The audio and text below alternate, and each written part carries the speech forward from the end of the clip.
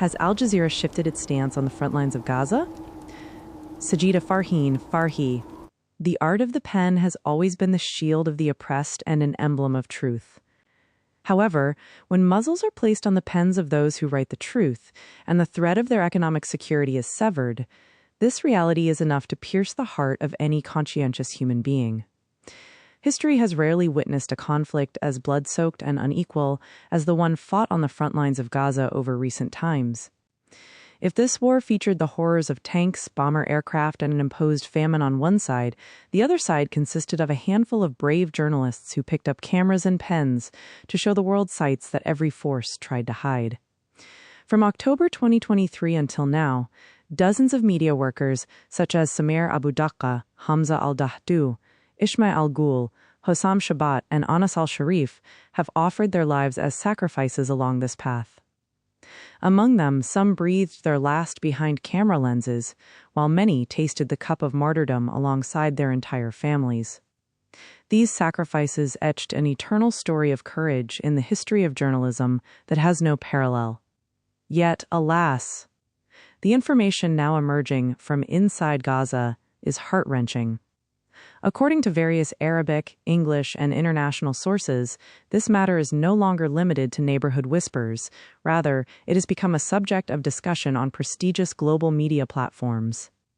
Lebanon's esteemed daily newspaper Al-Akhbar has published deep internal insights regarding this matter, stating that Al Jazeera Mubashir has decided to suddenly terminate or alter the contracts of more than 24 journalists, cameramen, and producers performing duties in Gaza.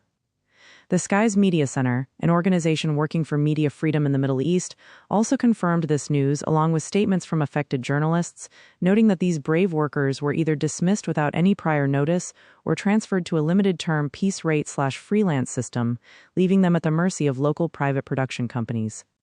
Furthermore, Egyptian media platforms such as Masraoui have prominently covered this shift. On the international front, the General Union of Palestinian Journalists in the UK has issued a formal notice regarding this, while English platforms such as Azar News and Gaza 24 Live have also reported on this development.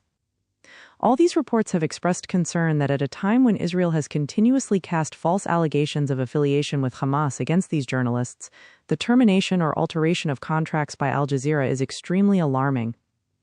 In the extremely dangerous and harsh conditions of war, when journalists live under the shadows of starvation and bombardment, abruptly stripping away their legal and professional protection is not only contrary to human empathy, but is a violation of their rights and tantamount to stabbing journalistic values in the back. Is this merely an administrative and financial crisis?